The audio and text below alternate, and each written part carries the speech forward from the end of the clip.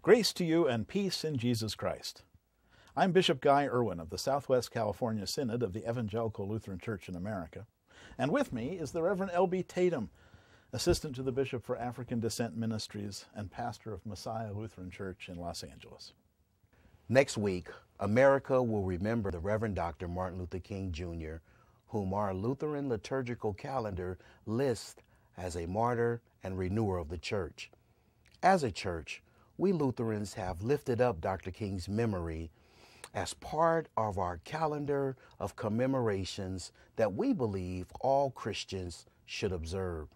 This year, as always, our Southwest California Synod will hold a special synod-wide worship service in memory of Dr. King and dedicated to the cause of freedom and racial equality he represented. We do this knowing that as Christians, firm in our belief that all humans are equally children of God, and that Jesus' great commandment to us to love each other applies across every line and every wall we humans have created to keep ourselves divided and apart. Race, class, language, tribe, or even religion. This year, we gather from all throughout our Synod on Sunday, January 18th at 3 o'clock p.m.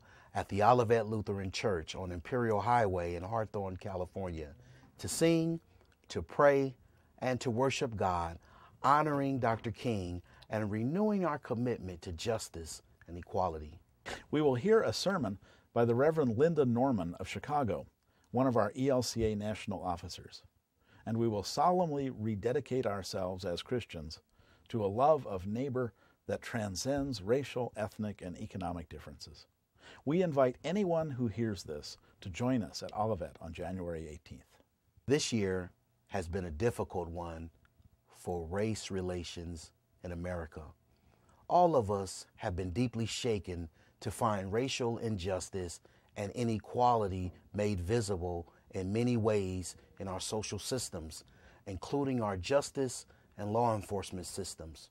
For those in the white majority, it has come as a stark and harsh reminder of what their African American brothers and sisters already know and encounter with too much regularity. I believe it is important and healthy for all of us to face an uncomfortable truth about our society, that it is not in fact equal for all, that some, because of the color of their skin, are still deeply disadvantaged. Honest dialogue, sharing our pain and fear, and listening to one another compassionately are all ways Christians can engage with each other, help each other understand, and promote justice in our land. As a church, the ELCA is committed to this dialogue, and our synod is dedicated to promoting understanding here in Los Angeles.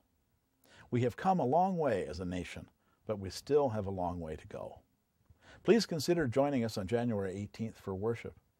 Reach out to each other and try to create safe spaces for honest sharing in your congregations. And join us in prayer for justice and healing for our torn and hurting communities. God bless you all.